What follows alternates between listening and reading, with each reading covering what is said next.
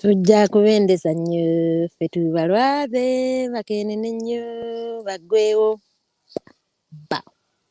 baliwa be baliwa bavumene katonda waabwe mu butamiivu sitaani twamuwulidde nga yeewaga okuzikiriza nfiwulira nga yeewaga okukola be akola Sodoma abiikole na wano tutandike bwenzi mu nguudo. Mwasuze mutya mwenna abatuwuliriza kansubire mwasuze bulungi nnyo mujje Maya Shakira nsanyuse nnyo okulaba kansubire wasuze bulungi nnyo tiŋŋambe nta nti bakatonda ŋŋambe nta bakatonda Dennis Nsumba nsanyuse okulaba nda kuyisaawo akantu ddakiika 3 zokka very quickly. Jaffa Makanga nsanyuse nnyo okulaba weebale nnyo okujja no sharinga muntu yenna gwandabye weebale nnyo okusharinga n'okutambuza video eno. Thank you so much. I know some people are going to think this is a diversion, this is confusing us, but Bannayuganda we need, first of all, topic yange njise Gwanga mujje tulina okwesiba bbiri okuguma okubeera ready to fight. Mpangalira wano Bungereza ndoza mwena mukimanyi naye a couple of years ago nzijukira waliwo wano pastor bamuyitanga Pastor Deya, simanyi oba mwamulabako. Pastor Deya yagenda najja yali musajja muna Kenya n'alimba abantu mbu omukazi mujja Kenya yajjanga abantu e Kenya n'abalimba mbu apparently bafuna olubuto for 3 months ne bazaaya. Polisi ya wano n'ebitunulamu n'egamba wait a minute, people are being manipulated here. Bamukwata ne bamusiba n'ekikanisa ne bakiggala. Kakati abaddugavu tulina tendency ey'okubeera manipulated, and we let people manipulate us. We let people manipulate us without knowing. Kakati because we don't know and we don't take a minute to think, we let people manipulate us. I'm here to finish up this one. Yes, Nina Bukirawe Bali. Kino njagala nkimale nabagambye obudde mbulina struggle weeri era this is part of the struggle. This is not a diversion. This is part of the struggle. Last night mukulu Kimbugo yakomyewo n'akwata abantu n'abalimba n'afuna omukyala eyawandiisa akabaluwa ng'agamba nti Robina Kigongo.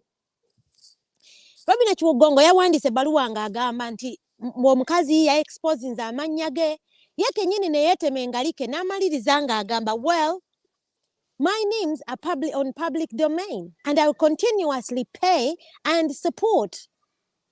Bano abakazi bakolera Museveni. They are people who have been paid to work for the state. This is why they boldly stand. Much as we have given them all the evidence possible, they still stand and say no. Fe tugenda kukolera state mu mulingeri. They pretend.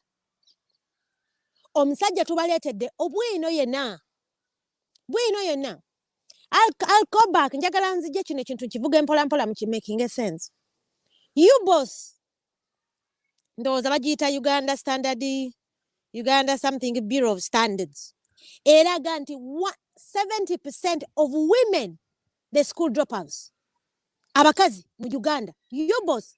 Yalaga nti abakazi 70% dropping out of school mu P7. Ogwa musango gwa Museveni because of the bad education, because of Museveni okubeera nga amasomero yagoonoona n'ateekawo bonna basome. Kati abakazi, that's why we are easily manipulated, because tetutwala budde kutegeera bintu bino, tetutwala kwesomera. We let people think for us, we let people read for us. Kati kambalegeyo example. Amasiga amalamuzi agatwala Uganda gali ameka. Tuyina esiga eddamuzi, tuyina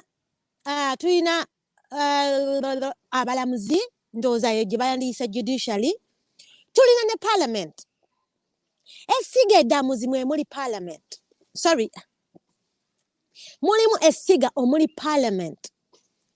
Tosobola kugamba nti no we muba mugenda kulwanyisa dictator muleke kubeerayo n'abantu mu parliament tekikola sense. We need those people in parliament. We started in Pola. Mu myezi esatu twatuleesa ababaka nkaaga mu emu. How do you know nti next year tujja kubeera nga ffe tusinza numbers nga tusobola okukuba NRM? 2, tosobola kubeera ng'okolima bukolimi. Uganda Bureau of Statistics, thank you. Tosobola kukeera ku makya n'ogamba nti ababaka baleke kulayira. Awo ojja kuba nga gwe baseeredde mu katale ng'olwanyisa kubo.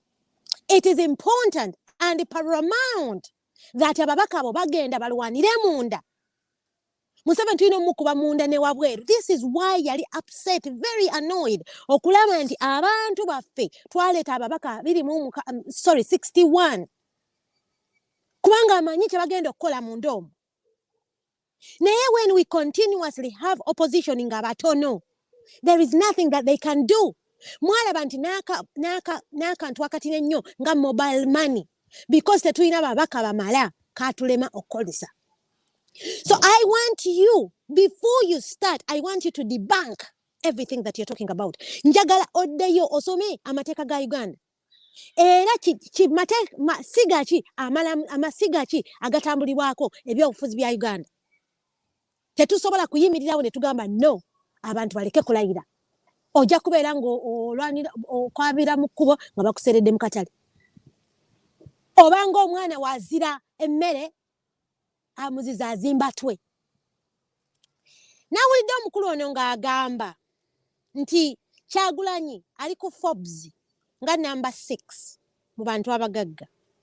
Okujjako nga wagambye nze sisoma. Darling, I am not just a writer. I'm also a reader. I've read all books. This is why I can express myself better than you can do. You can't write English and you can't even speak it. Naye wabula weeyita munnamawulire. Era ozzenga weewaananga w'oli journalist. Okujjako ng'oli journalist bino ebijournalist bya Kanale Mugulu. Totulimu. Leka kusiriwaza abantu, darling. Tomanyi Luzungu kuluwandiika, tomanyi na Lwogere. Era bannange abantu babukedde olw'okuba bwali mukolera mu TV, simanya bukedde, simanya NBS, ebitaliiko tebirina gondi. Tebirina backup check na references. Babawa buwimirimu kubanga omanyi lwaki wagenda okukola ku NBS. That's why ojja wano n'osiriwaza abantu. Ugambye nti Kyagulanyi ali number 6 ku Forbes. Yes, Kyagulanyi worked for over 25 years before he joined the full-time politics. He did. So, we babala Forbes, tebabala cash. No. Babala, even his byalina, amataka, bateka mundowoza, busabala, bateka, everything that he owns. Ne assets is it. So please don't come here and confuse people because nze kenyini nalaba Obama. He was a lawyer. Bam fundraising. Nalaba Trump. Trump was a millionaire. Bamu fundraising. Ne one Boris Johnson. They fundraised money for him. They did. Nenchane Elon Musk. Wayingira mu byobufuzi nti ayagala kwesimbawo. Abamuwagira bajja musondera. Newebela Richard Branson. They will kusonda money for him. Even the richest of men, when they get into politics, because at least the epitome of richness is Jaculate and those are Trump. So do not come here. Okwata abantu abali desperate. Bambi abanayuganda batamanya abamanyi okweraguza. Manya abanayuganda bagala nnyo ebyabasawo Abaganda. Obasiriwaze batandika okugetinga jealousy, batandika okubeera nga baquestioninga Kyagulanyi all the time. Obama bamusondera, Boris bamusondera, Trump bamusondera, literally every politician bamusondera. Why? Because politics is not his personal gain. It is for the country. Biba byansi. So Kyagulanyi okujja ne yeesimbawo yali takikolera bwa bugagga bwe. No. Yali akikolera ensi. Kyova olaba nti people come out and kusonda money. But still, obusente obutonera nabo bwe yalina bwona bwagenda. That money has been taken. Voice notes ndowooza mugiwulidde. Mukyala Kimbugwe ng'avuma Chemical Ali mumuwulidde bulungi nnyo. Mulabye screenshots ku page yange. Mwe bakadaama ababawolereza babayita nno na bakadaama babavuumira mu group zaabwe. Genda bibaleetera n'enkya. They wake up and abuse you on a daily basis but manipulate you non-stop. Baba manipulating. Bajja ne babakwata ne babasiriwaza. Omukazi yazze ne yeewaana yasoose naye omanyi bamanyi okukaaba obuzigo obw'ekirogo ne bagamba simanya she released our information ye kennyini ne yeetema engalike before even the conversation ended naga but well my conversation is public domain era nze yabiteekayo era I will continuously pay. Robina Kigozi simanya Kigongo okolerani Muli bagwagwa tubamanyi bulungi nnyo nti you work for the state. I am going to debunk everything. Kimbugwe akolera ddala obuferengo obw'abasumba. Ajja n'abakwata omuzimu n'abasiriwaza n'abacyaŋŋaanya n'abafuula abasiru. Everything ajja n'akimanipulatinga. He wants to confuse my words but he doesn't understand that he's dealing with an intelligent woman. Yagambye mbu nagambye Bitcoin. Ate ne ngamba ebyuma. Ate ne ngamba okukuba abantu. Yes. Kimbugwe waliwo bu group obumu ate zonna nzirina voice notes. Newe mwalinga mu Zoom meeting voice notes abaana bakurecordinga. I have them. Waliwo because you knew nti some people are desperate. Abagala ogenda mu politics ono wokkuba emmundu. Bullet. Abo n'obakwata n'obateeka mu koona yaabwe. N'obagamba mulete ssente tulina abantu be tugenda okutta. Kimbugwe jangu okyegaana. I have the proof in voice notes. Nze nekuganya ngenda kuleetangako emu buli lunaku nga njibwamu ebbwa mu munyu. Buli lunaku omunyu ngenda guyiwamu ebbwa. Tewakomye olwo n'ogamba ate twayogedde Bitcoin. Kimbugwe weegaane nti screenshot z'enfulumiza leero teziriimu ng'omuwala gwe bayita Vivian abuuza what time are we trading? Vaayo weegaane. Come out. For you who has just come, why I'm debunking these things?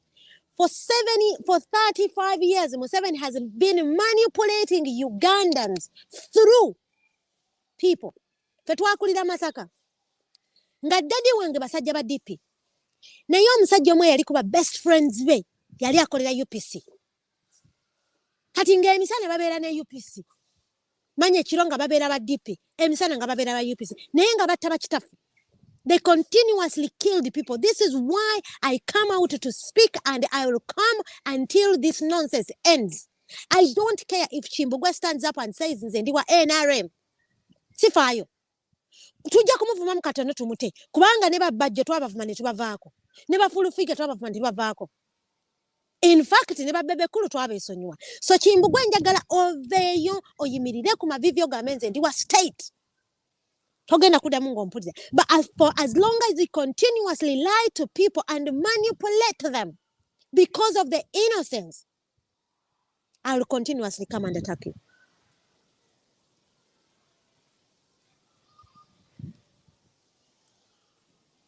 Bitcoin, mu conversation mweri. Yabyegaanye. Last week mujjukira nti yeegaana kaadi ya bank. Nenjireeta ng'eriko 2026. Eyo lwaki tajyogerako? I want you to get my video debunking word by word. Don't confuse the people. Okwata abali desperate. Nojja n'obajjamu obusente. Ate omuntu gwe tufrontinga Kyagulanyi n'omukwata n'omuvuma. Okwata abantu n'obasirwaza ne wefuula omusumba. Nojja n'okwata akantu kamu n'omubuzaabuza. Nojja n'ogaba Patricia nja kubeera mulogo. Fine. Naye ate gwe abalogo baleeta ne ku screen. Live. Obaleta ne ku screen live. Era nze ndi mu buwambe.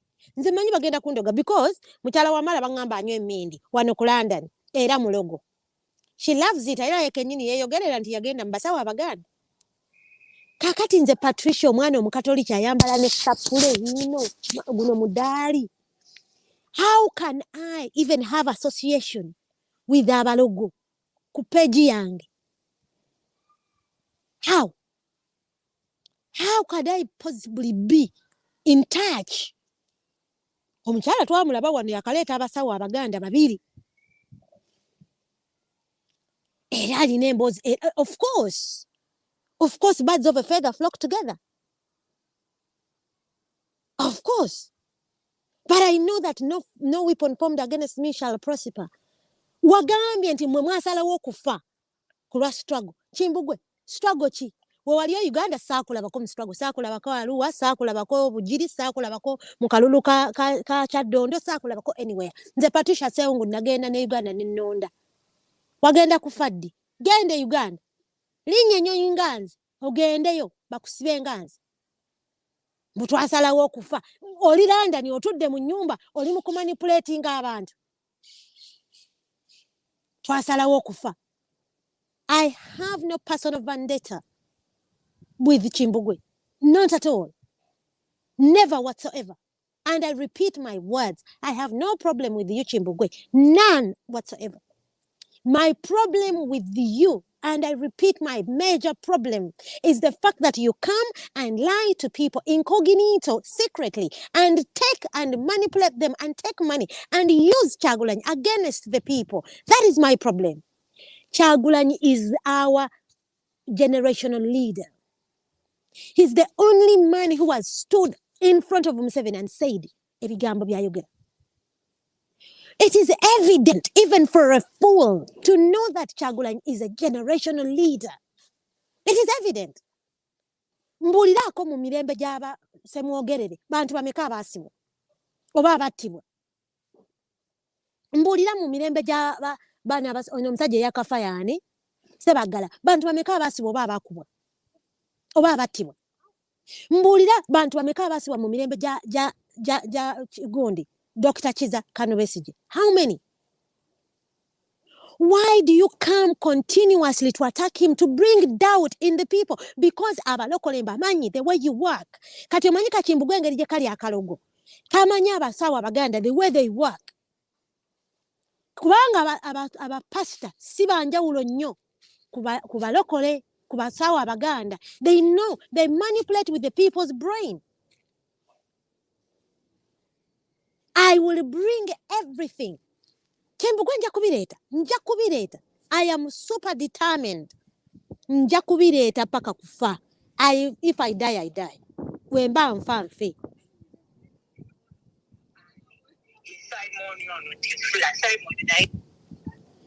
Yekanda bo banno nabidde. Come.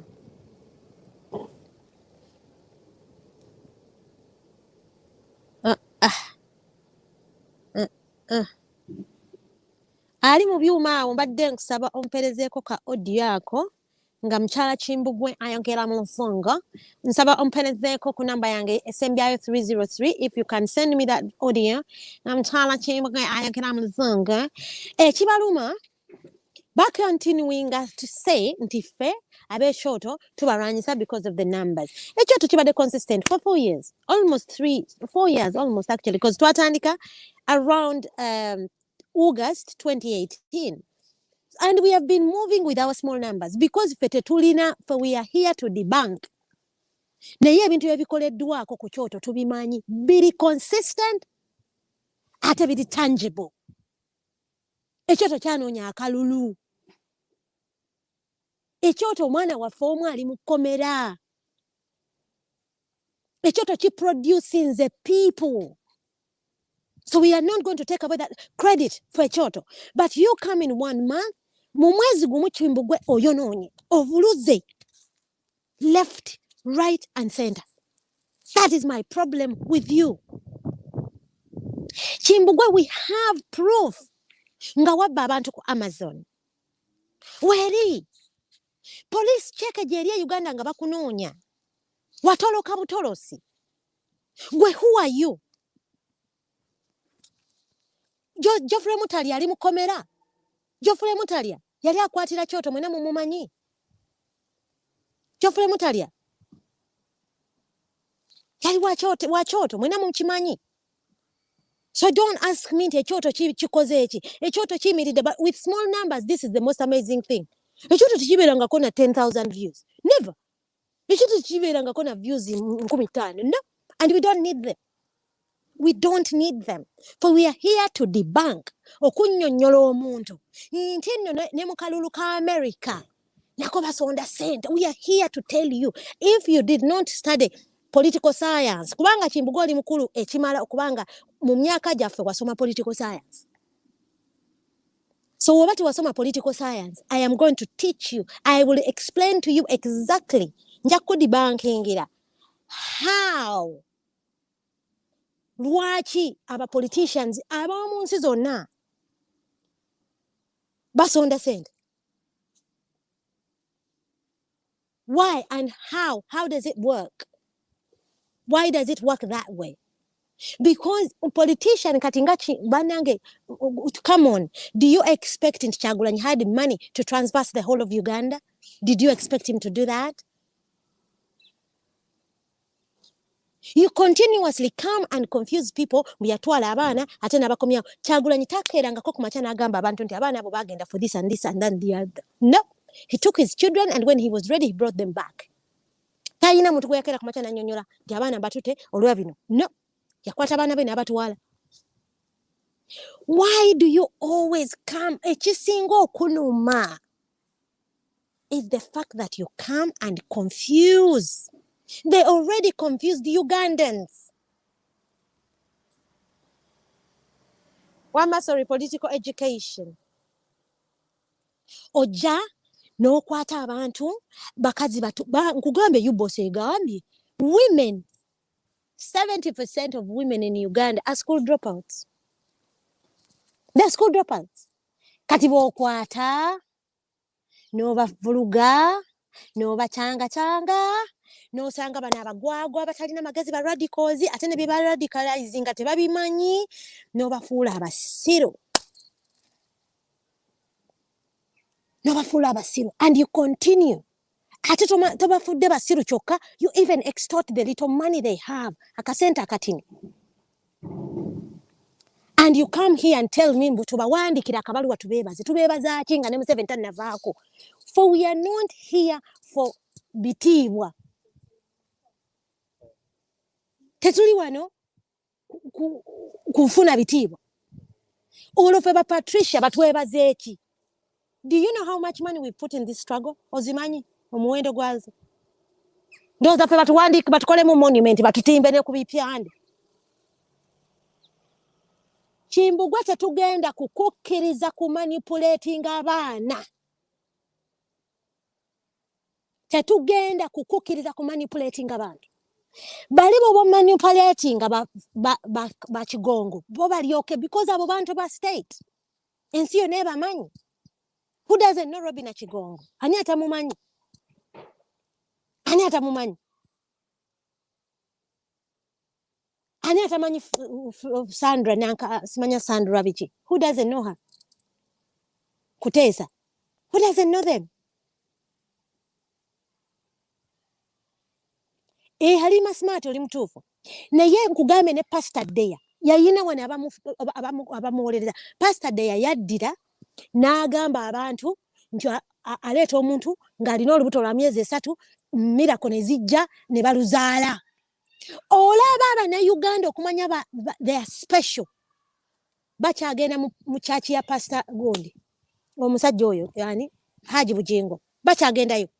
Ne bakuba engalo n'abawemula n'awasiza mu kanisa. Bible eri very clear and very clear ku kintu ekikwatagana n'obufumbo in church. Nga toli divorced. Oba in fact nga toli mkyala bota nafa. Eri very clear. Muso kana mutula bakade bekanisa ne babasalirawo. Ne bagana ne bagenda mu bantu. Pastor Bujingo ya divorce ngo mukazi namusuulaawo abana Uganda basigala nga bakyagenda mu kanisa ya church. That is how silly Ugandans are. And that is why they come here to defend him. Teri muntu nogo a defending a Chimbugwe ngayogerera mu account ye. Balinganga banaboka. Atabo bamanyi waliwo abamu nga bo they are defending him because they are fighting with me. Struggle here Patricia. Nze nabagamba danze bela London. So I live in London. So because you have beef with me, tekiyinza kujja mu struggle.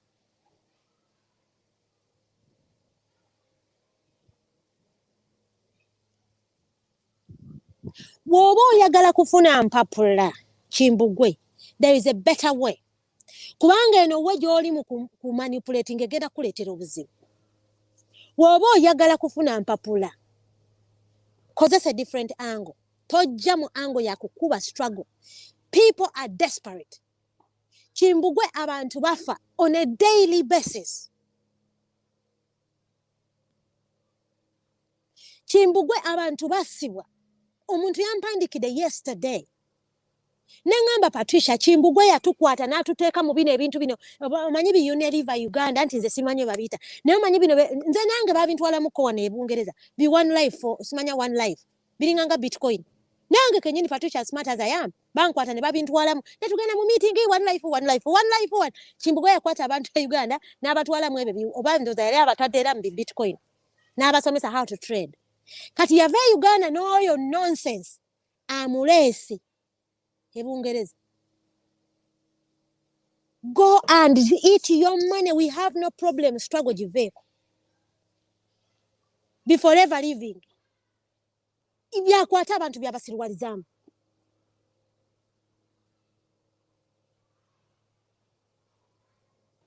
Please. Mugisha Olivia, number yange eri +4479 255 303.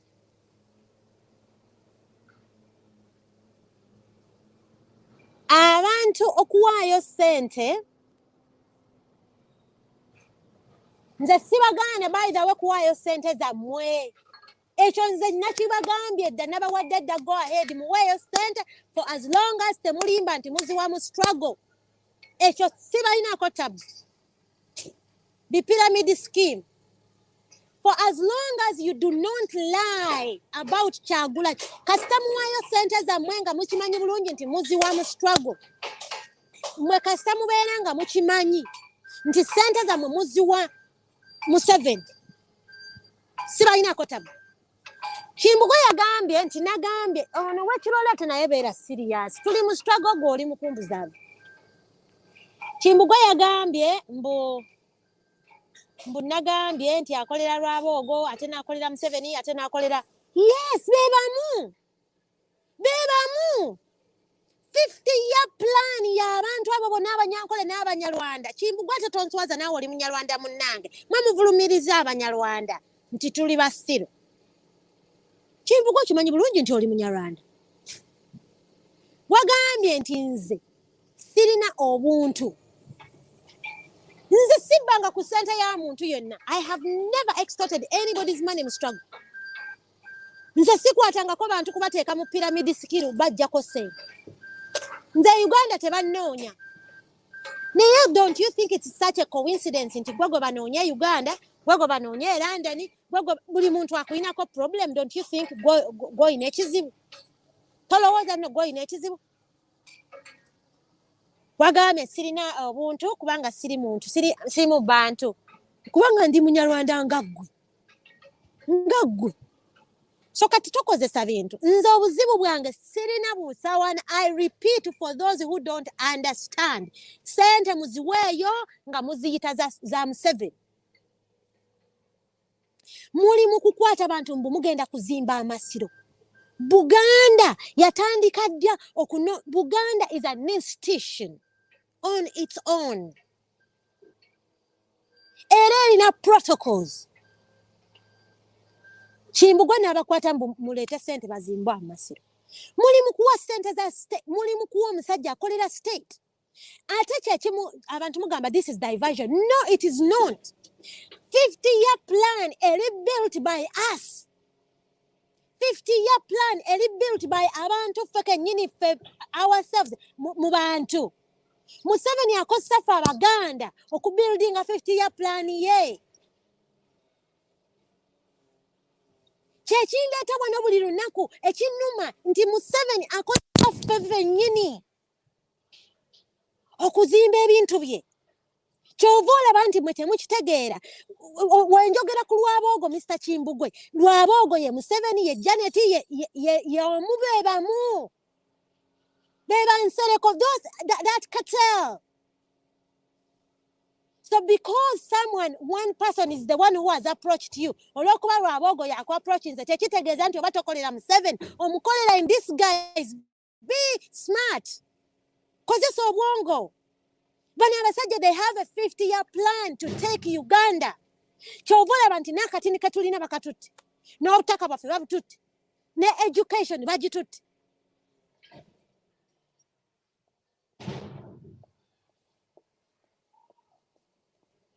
Museveni n'ayagala n'ategeera nti diaspora ngikoze ntya kanjiteekemu akajiiko n'atabula. Kati gwe atategeera, you don't understand nti Museveni understood nti Uganda abamanyi okuba manipulating abakwata n'abasiba. So they can't speak. They can't bleed. Uganda is bleeding. They can't breathe anymore. So he knew nti wano alinawo ab'omu diaspora. Kati mukkiriza mutya Museveni atufugire ewaka, atufugire n'ene waffe mu Bungereza? Kuki? He uses people like Chimbugwe. Chimbugwe, you're a scammer.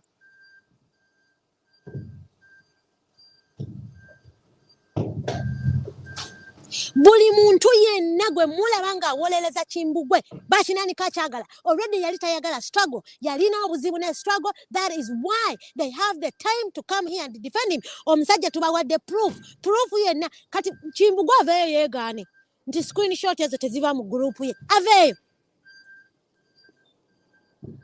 Ali mu byuma mukwano, mperezaako ku voice note eyo please. Nga mukyala wa Mala ayogera.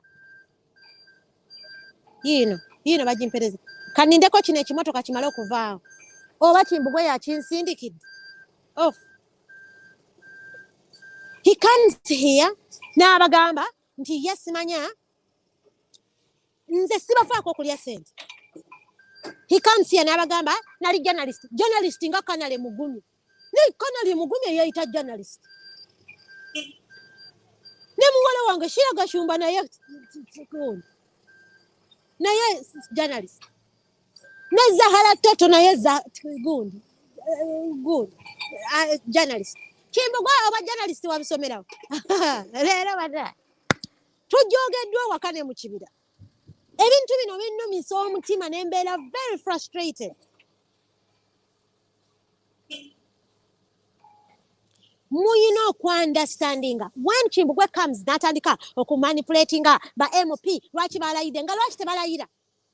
Go back otegeere amasiga agatwalirako obwabufuzi bya Uganda. 2, Museveni golooza lwaki kyamuluma nnyo nga tulina ababaka 41. He knows. Tosobola kuba Museveni nga tolina sente. Ekibiina kyetaaga sente. Ate kyetaaga n'abantu munda. Museveni tulina omukuba covertly ne covertly. Tulina omukubya wansi ne waggulu. Kati gwe wojja n'otandika omumanipulating. Balayidde because temwasoma mwagaana okutegeera. Chimbugwe wagambye sisoma. Chimbugwe, I'm a reader. I read and that's why I'm smarter than you. That is why you want to twist my words, but tojja kunsobola Chimbugwe. Nze Chimbugwe sikuyinaako mutawaana oyagala kulya sente zirye. Va mu struggle. Gwe kwata ebintu byo ove mu struggle. Tojja kumpulira nga nkuzzeemu. Wuno.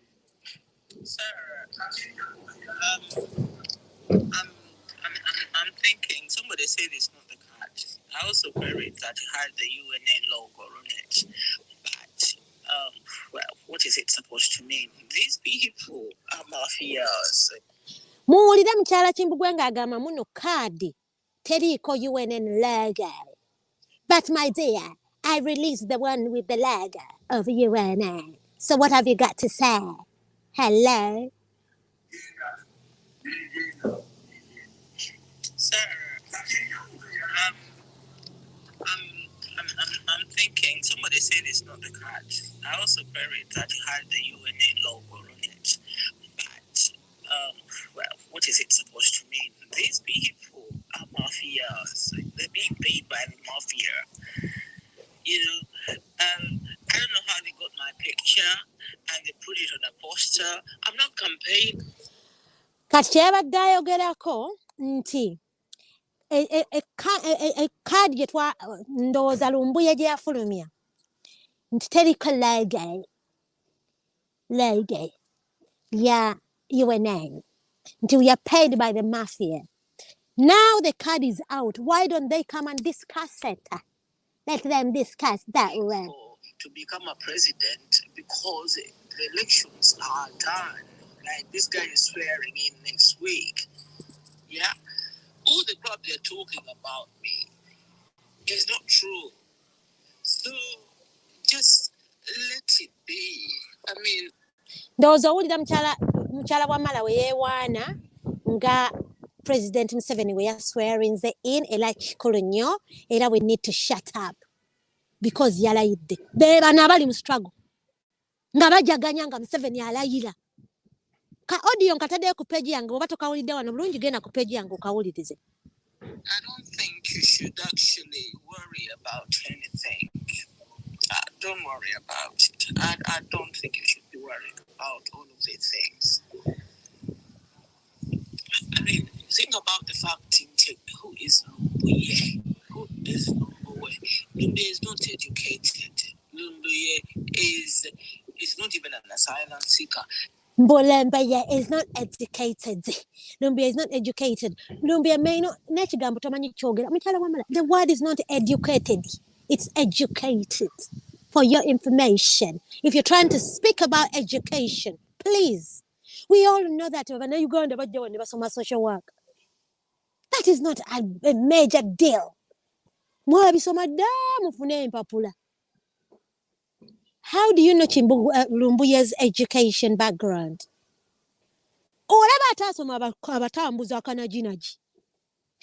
Hey. Kakati omanyi mchala Chimbugu oyo mchala wa mala yegeziwaza nnyo.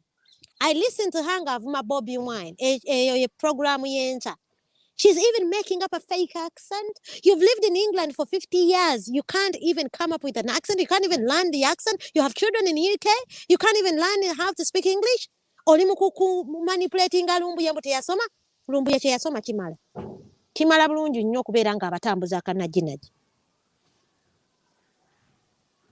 He is in the country illegally and he hasn't got a job and he earns from what he does and you people are trying to take away his livelihood. That is how he's seeing it. That's why he's fighting you. Look at him. His heart. Alinga Ali under a lot of stress. What is stressing him out? Goodness. Mukyala wamala ekitu stressing nga ffenna nga nange muntu alidde Museveni kutta bantu darling.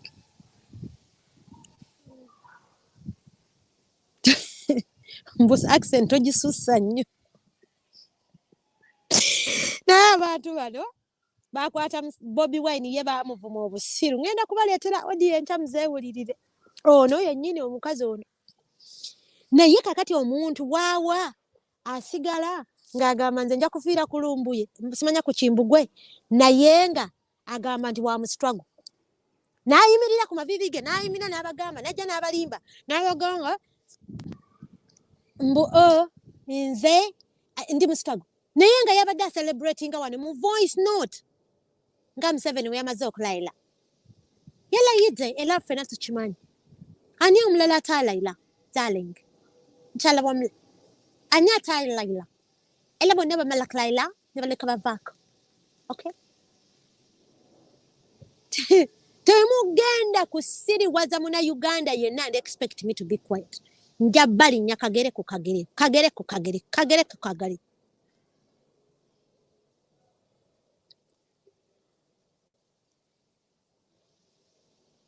Nina audio nga bavuma Bobby Wine Kyagulanyi Ssentamu nga bamuyita omusiru bano boolaba bano.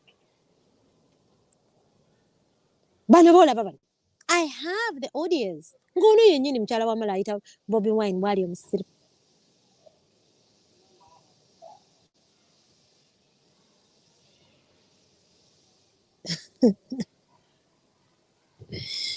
Oh my goodness. Oh my goodness. It is very manipulative. It's very frustrating to see people like Chimbugwe come from nowhere and comes to manipulate people. Chimbugwe wayogadde nti nze I'm jealous of your money. No. Nze nkola livi. Nkikuddiremu. Oba oyagala nkuteerewo statement yange olyoke otegeere nti nina sente. Nze neekolerera. Ate sente zange ziri backed. It is well debunked because it is paid in by omuzungu gwe mankolera. I'm a self-employed person. I pay my taxes as a self-employed person. Nkola live. Ogwo omutwalo gwa pound ngukola mu mwezi ogwo. Kubanga ndabirira abaana baba celebrities. If you didn't know that. So the senior reason in this sentence I'm saving. Never. Sikirina, sisetaaga. So, sisawa kuba jealous. Nze Chimbugwe, I am willing to work. I am willing to put my little money into the struggle. I am willing to go to Uganda okubeerako frontline. I am willing anything ekijjako Museveni. And I am willing to fight mafias like you. Bwe muba mwagala kubba struggle mugibbe naye temukozesa Kyagulanyi. Tetugenda kukkiriza. Kyekinyumiza mwavuma n'oli simanya oli bambi DJ Simple naye mwamuvuma naye kwa audio nkalina naye nga mumuvuma mbu he's stupid. Literally to you, every single person, every single Ugandan is stupid. You're the only clever one. Ekisinga okunyumira okimanyi nti bali bakadaama bayita bikadaama kati omanyi Sarah Nabs yabuziza nti who is going to be backing me? Oh, I feel the pain. I can feel your pain. Oh, don't blame us for the small numbers because you guys are not coming to help us because you're not. Nobody's coming to, not willing to come into the comment section. Bamalana kutula. Oh my God. Nze wemba ngenda live. Nze si nabe chota baba tebamanyi. Bane kangira kuchota. And I'm sure Elana Mchoto Mchila several times to be like on a program ngomu aliko Choto International mulala aliko Choto Reloaded ngate tumanyi fete tunonya bantu kujja kutuvumira bantu kati basoka kunganya bantu muleta fake accounts za mwena mujja mu comment section muvume simanya omwa ajjako abavuma aba switching off omulala alina kujubisa. How desperate can somebody be? How desperate can somebody be? How can he be that desperate? To the extent that at your age, ononya abantu bajja bakubacking ku live. Now otanonya relevancy. I don't care about numbers. Oba tuliko basatu, oba tuliko bana, I don't care. Nze as long as ensonga yange ngifulumiza. Kubanga nze manyi bulungi nti twajja wano tugamba abantu mugende mufune endanga muntu ne bazifuna ekyoto. Ne tugamba abantu mugende mulonde. Mwewandise ku nkalala z'abalonzi abantu ne beewandisa. Tulina ba MP 61. Amanyi gange kwegali. Twasonda sente mu bantu abantu ne basonda millions of money. So ku bantu aba bayimiridde abalayira today amanyi gange kwegali. Naye gwe saakulaba anywhere. I did not see you anywhere. So my problem with you is not the money, actually. It's not the accent. It's not the fact that you're a journalist. It's not the fact that you're Sulam Studio. Nze nyimirira nakukuba nti nze nakugamba ndi kukadaama. So, obulamu bw'abakadaama matters because I'm a kadaama. Only that nze bw'akadaama mbukolera London naye I'm more or less kadaama. Kwa nkola living. So, obulamu bw'abakadaama matters. Abakadaama bannange. Put your hands up. Tetukkiriza kutumanipulatinga. Omusajja ajja wano atubuzeebuze. Temukkiriza bakadaama kubabuzaabuza. Eno bwe babayita bakadaama eri mu kigrupu, eno bwe bajja bwe bajjako obusente bwamwe. Mukadaama babateerayo omuntu kakati I understand njabbireeta. Omanya ekisinga okusesa kigatto wange. Yeetamwa Kimbugwe. Kubanga baamugamba mu group chat. Kimbugwe mbireete nabyo. Nti tokuba lubongoya. Because tolina proof. Erinnya Lukiri yali wandiika dda mu 2013. Even before Kyagulanyi okuyingira mu politics. Baamugamba. Naye olw'okuba Kimbugwe ali manipulative and is a one-man show, he went ahead n'akuba Gonde Lubongoya. This is why one of his people yampa this information. Kimbugwe baye weegana nti information sima mujogera. I am a kada. Nze ndi kada.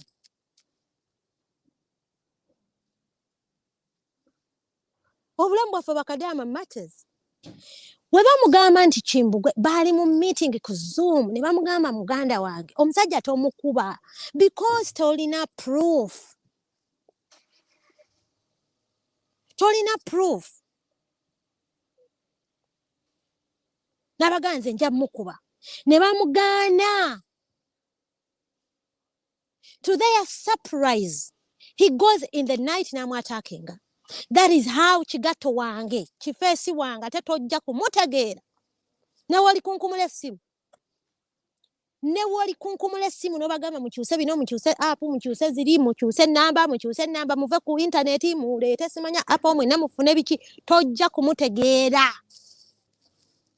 Tojja kumutegeera. Ne wali koloti. Ne wali koloti. Tojja.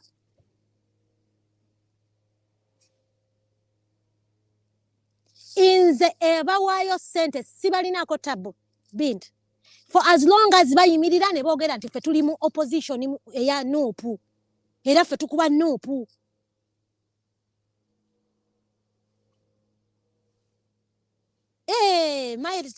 Mary said, Kigato sisawa muwaayo. Ne wanteekako paasi eyo kyakula olulimi bw'ote.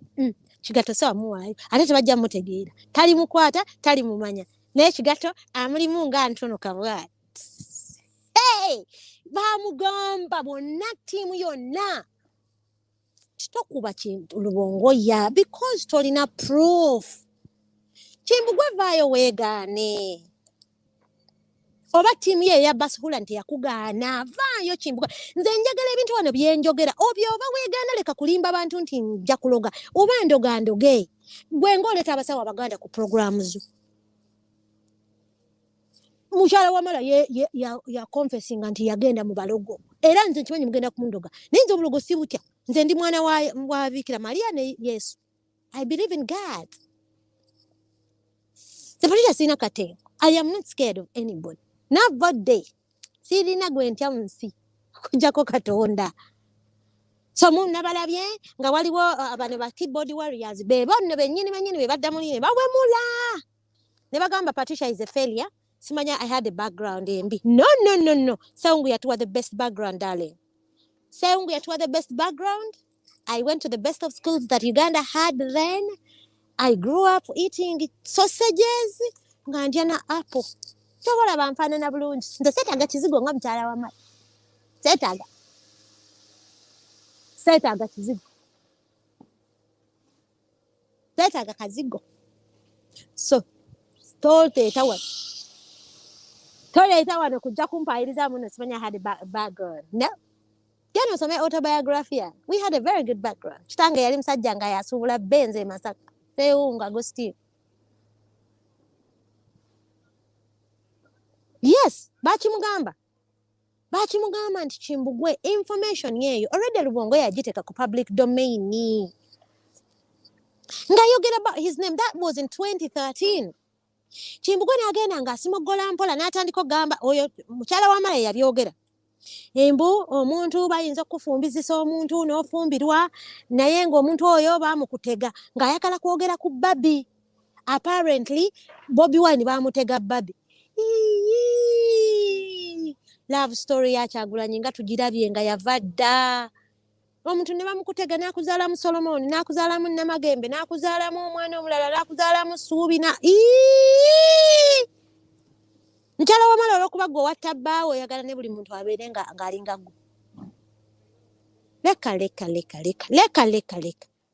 Muleke kujjanga buli kaseera nga mubuzaabuza. Hey, ayambala make-up mungi nze siteeko make-up. Kyenva mu mpita omukadde. Mukyala wa Mala oli 70+. Leka kutubuzaabuza. Ate obukulu si kibi. Naye bweyagaliremu. Leka kujja ku baana abato bano balumbuye bavubuka bato bakyali bato. Leka kugenda kubeera ng'obamanyira. Bakyalina chance bo bakyasobola okuddayo ne basoma. Education is okusoma is a global world. Abantu basoma. People can still go back to school. Ate asobola okuddayo n'asoma. Watabbaawo. Kubanga wali omumanyi nti Wamala wali tomwagala. Kati ova olaba oli mu kukozesa ebyabalala obiteeka ku banno.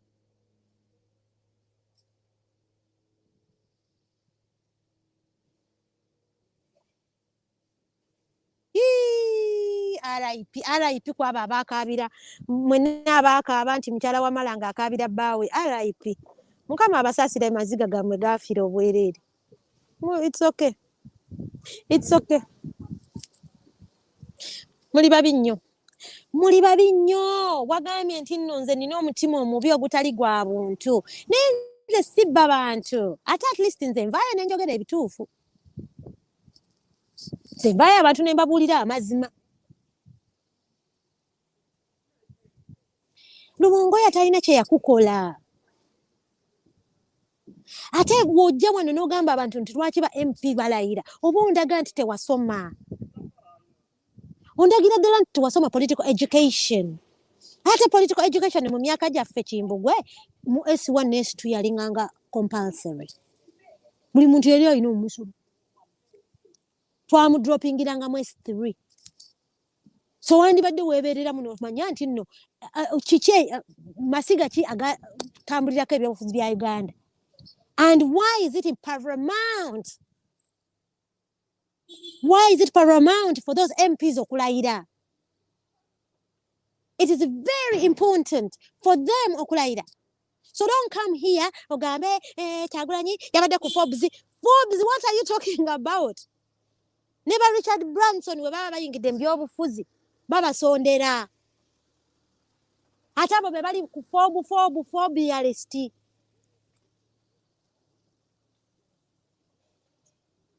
So please don't come here and start wahala, confuse Ugandans, la. You're just a jealous person. Nze siraba nko musajja alina bujja. Nze munene nali siraba nko musajja ayombanga Kimbugwe. Nze abakazi ne betuyomba it is okay.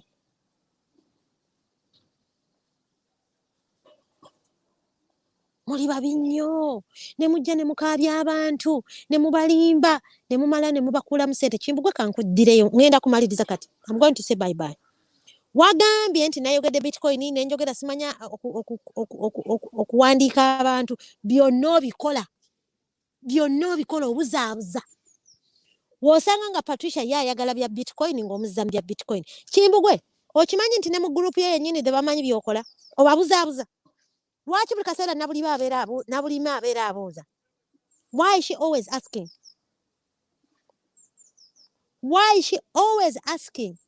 Ate oba ne mukyala wa Mala wowulira eno audio naye ebya kaadi yabadde tabimanyi.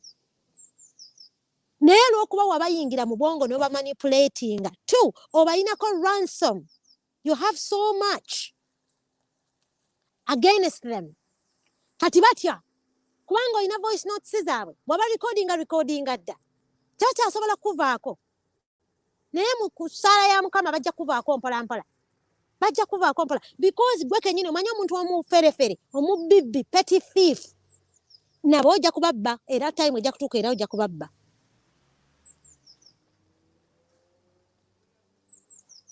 Ojja kubabba because obadde ofera. Kati wasanga Patricia nga ye Patricia ayagala bya bitcoin ngo yamukwasaganyiza bya bitcoin. Wasanga bano ba radicals banange twagala genda mu nsiko nga abakwasaganyiza mu nsiko. Wasanga bano mbusimanya twagala TV abo nabo nga ababuzaabuza. Kimbugwe, do you want to tell me nti tetumanyi how to clean money? Sente ze waweereza Nasifu mbogula byuma tetuzimanyi. You were trying to clean the money. Because obviously that's what you can do. Wanebulayo osobola okugula n'olugoye n'enduwambala n'odwambala n'enduzaayo. What are you talking about?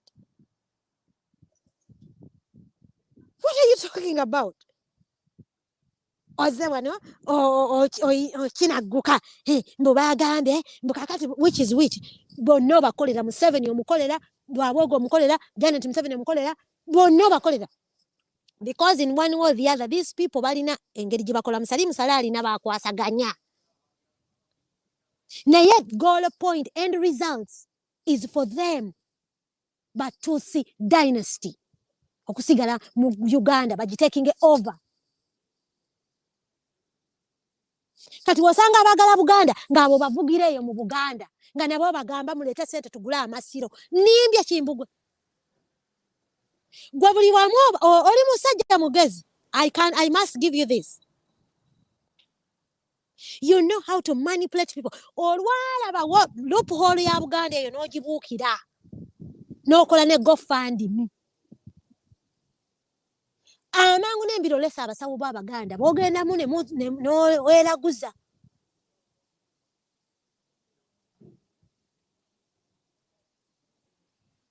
Kimbugwe nga mmaliriza. Woba oli musajja ng'olina obuntu, like you said nti oli muntu, era ng'oli mulangira. Nze atalina buntu, fine. Nsife twatalaafiya. Lwaki omusajja akuwandikira omudize pounds 5 n'ozigaano zimu? You're a man of integrity. Ndowooza obuntu ye integrity. You're a great manipulator. You're a man of integrity. Someone asked you to give them back their money. Why don't you give it back to them? Alinga ngo Pastor Deya. Pastor Deya yalimba abantu mbu abantu bazaala ku myezi 3.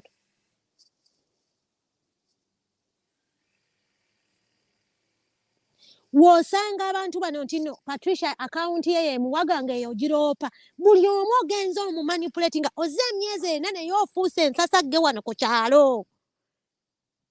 Kati ne wasanze munyalwanda munno kimanyi nti abanyalwanda tulina omutima omugumu. Nyenda kulwanyisa. Nja kulwanyisa paka wona ova mu struggle eno ogiveeko giviireko ddala ogambe struggle yammwe yiiyo ngisuddewo nze ndi wa Museveni. Why is it that someone wrote to you, a man of integrity, yakuwandikira 500 pounds n'akugamba no, nakuwa sente zange ng'oŋŋambye ebintu birala, give it back to me, wagaano zimodeza. Kimbugwe, haven't people asked you back their money and you refused to give it back to them? Didn't you? Didn't you refuse to give them back the money? But we are not jealous. I repeat, I am not jealous of him because first of all, I don't even watch him. Kati naku zino ngenda kubanga nina okudibankinga byayogera. It's not something that I would watch because it's not interesting. He can't speak English, he can't speak Luganda, he can't speak any language. He's not interesting for me. Si ye muntu gwe nsobola okulaba. Nga gwe Kimbugwe Omunyarwanda ekikuzimbisa amasiro g'Abaganda kiki? Abaganda balina ab'emituba. Era we baba bagambye nti nno masiro oba gaafa ab'ente. Emulema. Waliwo ow'ettuba lyaffe. Si musawo Muganda gwe baleeta omukazi yeesibyesibye ebiviiri bwera munange tusiiba basira. Omukazi agenda kundoga naye etsuke. Mukama nsaba kunsonyiwa mbikako omusaayi gwo. Gwe ngaani? Era ddala ayogera gibberish. Nawuliriza ebigambo by'oyogedde ate by the way bwe nabyerabidde nja kubikuddira mumanyi nze I'm such a joker. I love to laugh. I love banter. Wagambye mbu tetulina sense of humor. You don't even know the meaning of the sense of humor? You don't know what the word sense of humor means? I'm fighting you and you're telling me to have a sense of humor? Oh my goodness. Kimbugwe yagambye nti ekikulu abantu temulina sense of humor. Nga kyategeeza mbu tetulina integrity. That's what he was trying to say. Omanyi naliko ku lumbe omukazi n'agamba naye musonyiwe twabayise anti mumanyi excitement y'okufiirwa. Kimbugwe yagambye bwe Patricia talina sense of humor. Omwana ono ate omuntu wammwe teyasoma Kimbugwe. Ate kakati gwe mukyala wamala ovuma muntu wa struggle nti teyasoma. Muli wagwagwa. Ovuma lumbuye talina mpapula kyokka n'oyo wuwo wennyini gw'otudde ko talina mpapula. Ogeya namunye nga atudde ku nyumba oba something like that.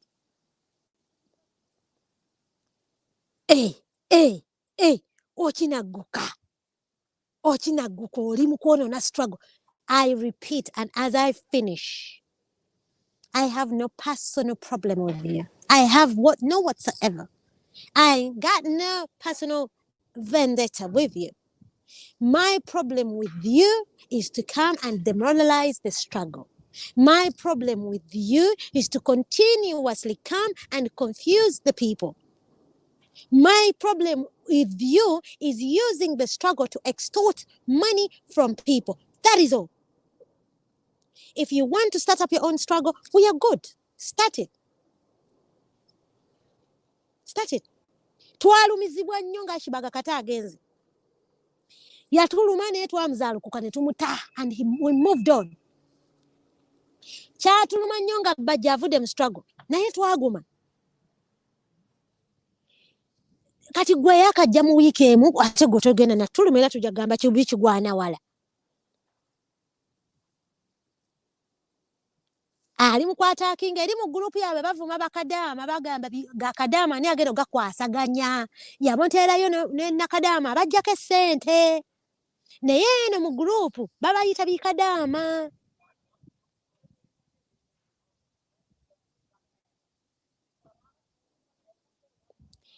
Ekikwatagana ne struggle, I am willing to die. Wagambe you're willing to die ng'otudde mu nyumba y'omukazi gye bakuwasa e Croydon. We call you ku protest tetukulabayo wadde ne protest ye London tolabikawo. Nene protest mwagala zi demoralizing. You don't know how important abantu b'omu diaspora we bali mwene struggle. You don't understand. So Museveni knew. Kubanga nakyemalira yenna okumukuba okumuggyako olina okumuggyako amagulu. How do you do that? Olina okusooka okumuggyako abantu bano bonna bamuweereza ssente. Kati nabyo ayagala bijjako amanyi. Atudde mu nyumba y'omukazi gye bamuwasamu. Awanisa amagulu. Ali mu kugamba mbu ye yasalawo okufa. Ofiira wanga nze ne wali ku Trafalgar Square nasulawo mu mpewo saakula. Sirina butwa bwe ngenda kumuwa ate muwa bwaki ate nkwatirako ki. He's not my friend. So watch aba mumuwa. Musiriwalire muli. Wane London bagabirawo obutwa. Publicly like that. Don't you think wali ku embassy waliwo cameras? Temusiriwala. Mukozeseeyo excuse. Okwesiriwala. Ngenda kufa. Nze nasazeewo. Fe twasalawo tufe. Tufe nga ne Uganda saakulaba Arua. Saakulaba Bugiri. Saakulaba anywhere. Sikulabangako Magere. Sikulabangako Kamwocha. Sikulabangako anywhere. Naye wasalawo okufa. Leka naawe. Leka. Tolina kyofa.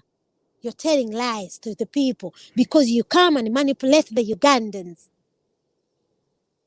Fatuma mbuzizo obuzibu busanga obuzibu mbusanga mu Kimbugwe kujja na manipulating abantu ate nakuba struggle wansi.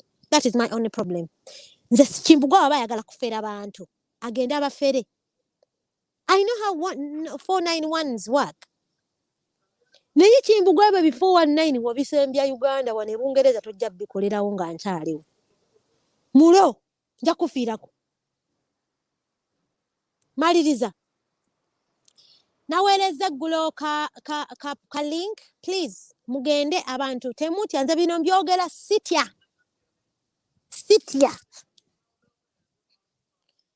Nze mbyogedde mutogwe netise gwange. Go and report the GoFundMe.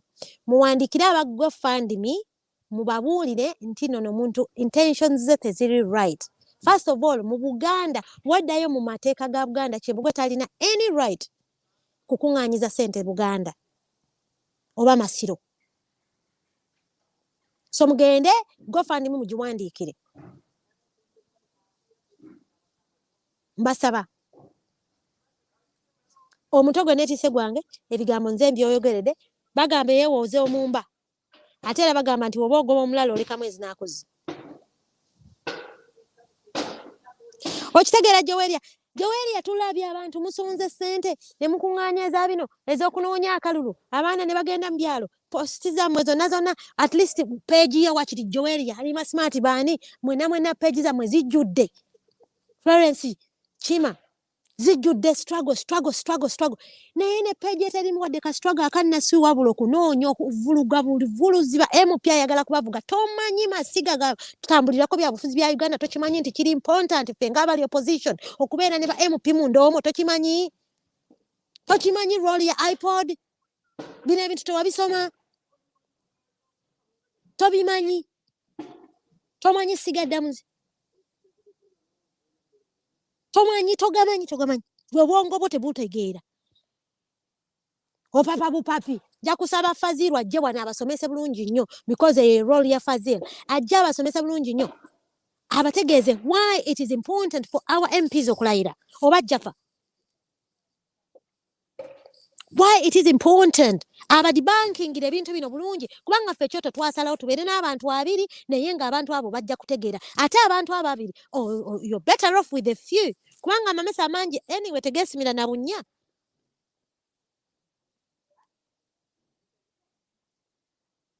No Snoop toobuzaabuza nze kennyini ayimiridde wano mu maaso go nze omunyarwanda n'abanyarwanda nze omusaayi gwange ogusala gwonna gutiriika banyarwanda. Naye sigenda kuwagira Museveni olw'okuba munyarwanda ngatta abantu sijja kumuwagira. Era bano bakimbugwa abanyarwanda be batuvumirizisa bano abatandika embu bavandimwe be bavumiriza abanyarwanda bagwagwa abo abasirusiru.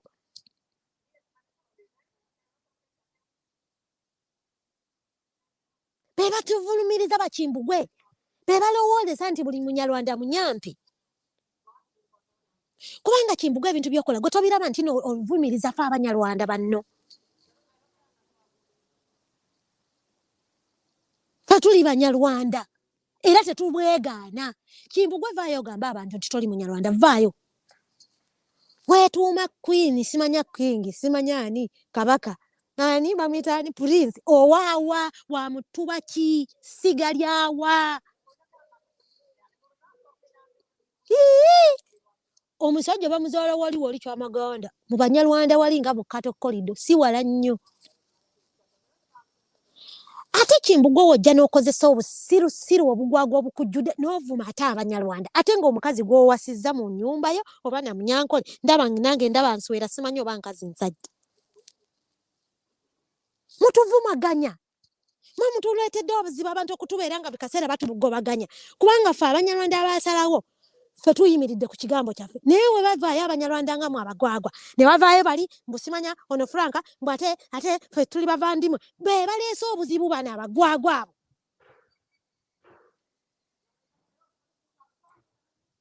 That is where the problem is. Kimbugwe oli munyarwanda munnange era vaayo abantu obabuulira amazima lekerawo okwekwasa. Olaba Kimbugwe kye nabagambye nti wasanga abalokole nga abalimba abalokole kakati abaganda nabo abalimba nti baganda nabo abamanipuletingira awo. Prince Saabavandimwe vaayo tuyimirire ku buvandimwe naye tugamba abantu nti tetukkiriziganya na Museveni because Museveni okubeera omuvandimwe oba si muvandimwe doesn't matter ngatta abantu ngatta ensi yaffe ffe bakitaffe baatukolerera ne batukwa amataka. Naffe kenyini tuzze Bulaaya tukubye ekyeyo twegulidde amataka gaffe bali mu gatwala kati awo by'obuvandimwe biyingiriramu wa. He uses everything.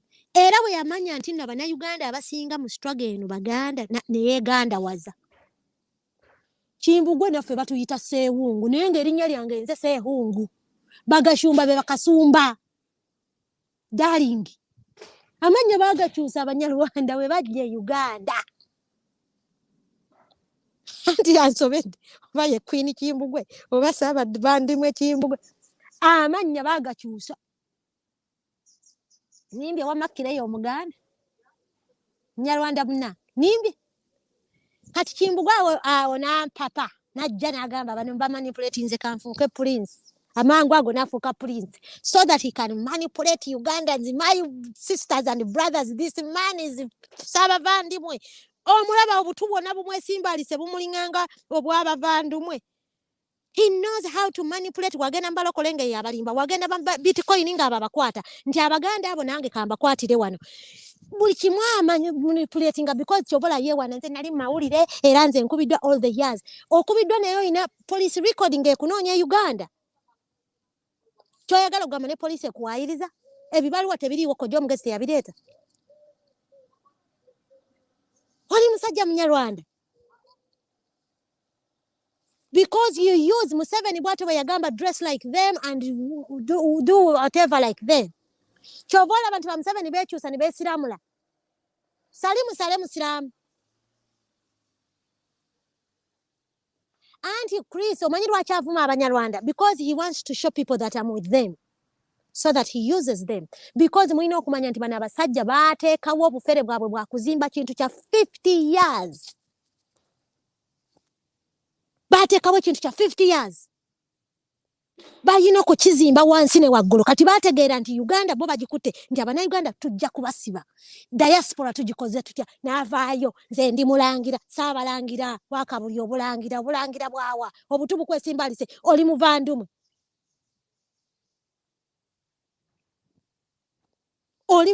my brother went to school with you muri Banyarwanda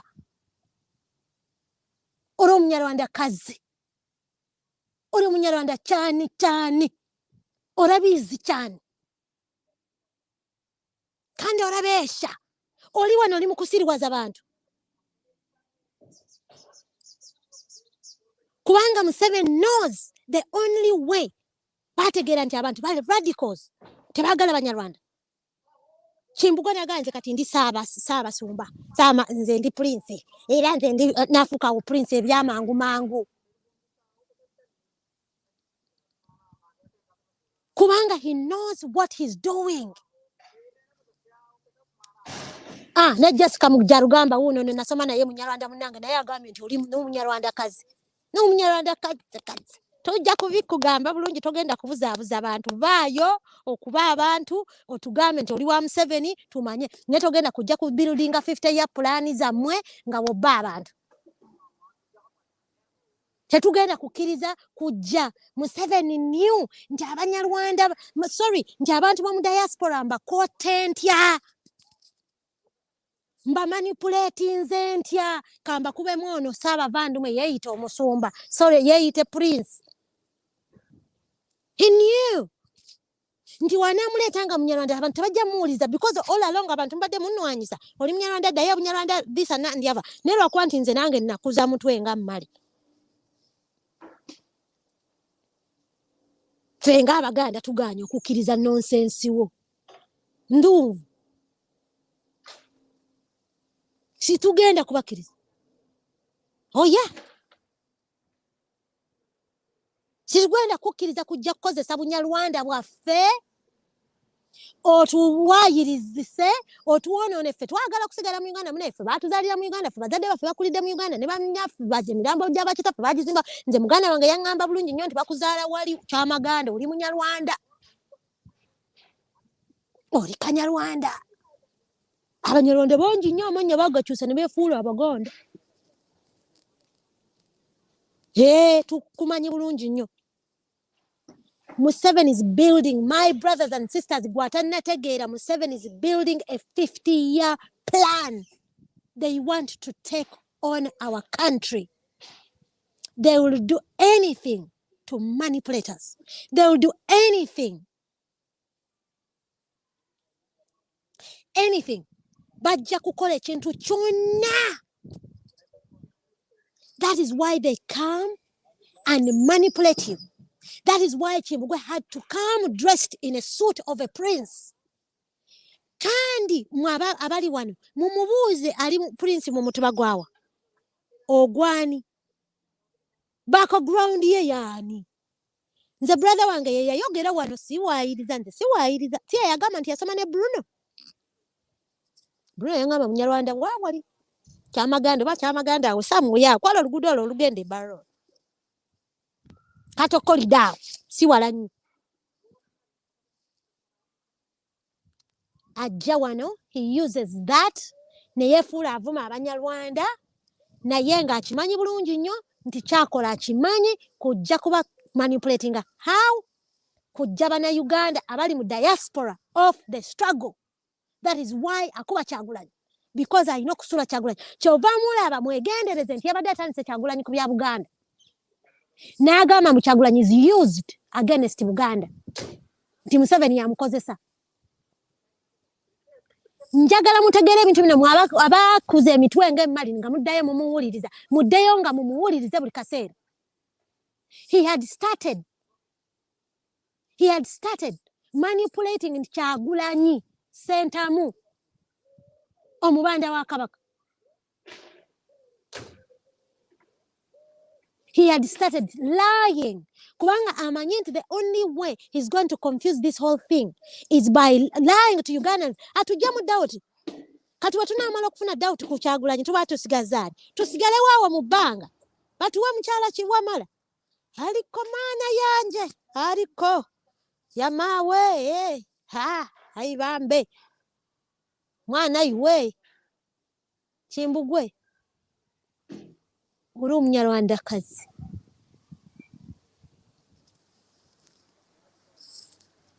Tubimanyi. Oli munyarwanda munnange. Naye nze ekintu kyakunjawulako kiri eki. Nze ndi munyarwanda eyasalawo. Sigenda kuwagira Museveni lwakuba munyarwanda. Sigenda kuwagira Museveni lwakuba munyarwanda. Yes, thank you Jessica Mjarugamba wamulaba. Nti lwaki Kyagulanyi tayogera ku kabaka era he's being used against simanya by Abaganda. Museveni yamusasula. Oh my God. Oh my God. We are going to fight. Fetuli banyarwanda abakulidde Uganda. Kati mwabakozesa ebyobunyarwanda byammwe. Mutandike bitiimu byammwe bibavandimwe. Okwawula yawula. Tujja kubalwanyisa ne Gashumba kazini wange nja kumulwanyisa. I'll fight. Anyone who is willing to come and destroy the struggle, I'll fight. Tomukyalina kyemutugamba. Kyemulina kyemutugamba. We know how you have been working. Mwakozesa ebintu Museveni bino ebintu yabikosa mu 1979. Ebya diversion. He knows how to do it. The city jealous of Chimbugo. I repeat, Chimbugo siso akuchawo ni munyarwanda munange. Oli mwene wacho. So sikuina kotabu. Mwene wacho. Sikuina kotabu. Ekizibu kyenkulinako. Era bagamba ogundi. Spare the rod and spoil the child. Ini enswere kwagala yeku wakubwa I love you. Chobola bantinze nja ku sparing the road and spoil the child. That is my job nga Facebook coordinator. Nsigade nga ndi Patricia Sengu njabala benta. Akala ivunu nkakubira ku kubo. Kubanga nze ndi ku mulimu. Tetugenda bakiriza. Mwebe basiri wadha. Tetugenda namwe tujja kuba ku mitwe. Okuwayo sente sikuinako mtawana. For as long as sente was wayo. Yayogera Joweria. Era yali atukuŋŋaanya wano yagambye yabyeganye Kimbugwe vaayo yogere oba tewagamba nti wampeereza message ng'ogezaako tulikulutinga. Wali otulikulutinga otuzza wange already wali okimanyi tulina ekyoto. Wayogera waweereza nze message mbu twegatte biki. We could work with you, tusobola okuinvitinga nakati tukyasobola okuinvitinga ku kyoto. Naye wali mbu otuweereza message twegatte naawe. Noweereza ne Jaffa mbu kwegamba tuve ku kyoto tujje ku bibyo. Otumanipulating bulungi otujje ku mulamwa. Era n'ogamba nti brother wange wamulaba nga agudde ku accident.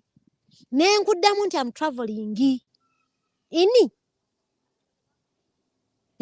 Suula omugoyo nono omwana. Wali otulikutunga otujjaawa. Wasookera wa mind seti eyo n'olekanga ovuluzeeyo. N'ogende wa chemical area eyo page waleko ogijjeeko. Kakati otuliko otukutte otutadde mu kaloole ffe n'otuvuga otuzze eno otuwuuba otuzze. Yes, Kimbugwe bitcoin nabyogedde proof weeri. N'ebyuma yes nayo proof weeri sente waziweereza Nasifu muntu wa government buli omu amumanyi. Everyone knows that Nasifu akolera government. Ate yakyogera na lwenta kyegaana. Yes. Kati olimu kola GoFund ya kunoonya masiro. Yes. Kati weefuula ne Prince. Nga toli munyarwanda kazi.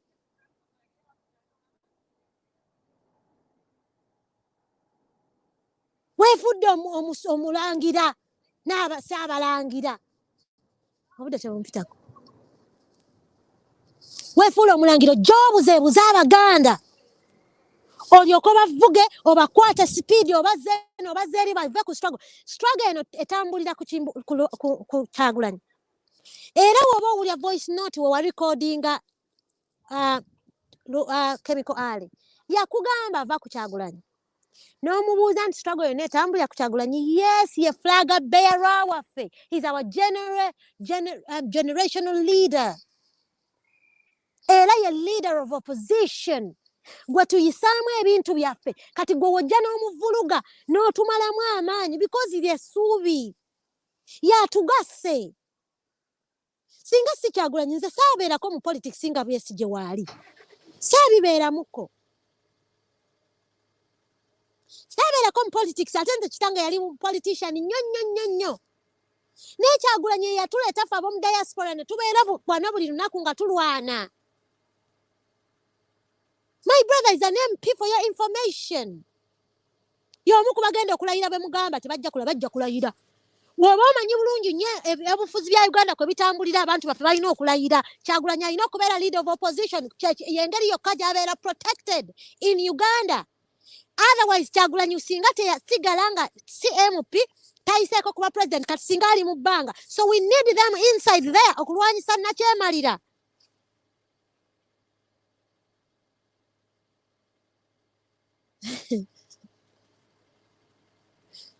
Tosobola yali akutte ba strong bloggers bonna era kenyini yakyogera muveeyo muwegaane nti omusajja we teyakyogera nti yanoonya ba bloggers bonna asobole okutujja mu struggle because Museveni knew this is why sente zitambula ku social media nnaku zino because he knows that ffe tulabula abantu he knows. Mwabawe muzireero sirina budde bwammwe sigenda kubaddamu sikyaddamu muntu yenna mukwate abawe muziba mmwe kubanga era saala wamulabye ng'abuuza halo ani abagenda okujja okumbakinga banoonya abagenda okuwemula Ivan Bruce buuno naye yali amutwala mbuvaayo tukole ekintu kyaffe kintu ki lwaki ozimba mukyabanno ate kino ekintu si kintu kya muntu. This is a struggle for Ugandans. Kati yagikyusiza mbweno si struggle revolution kati bali abagwagwa nabo ne babuukira kati tuli mu revolution tetuli mu struggle sire baga you ni compomp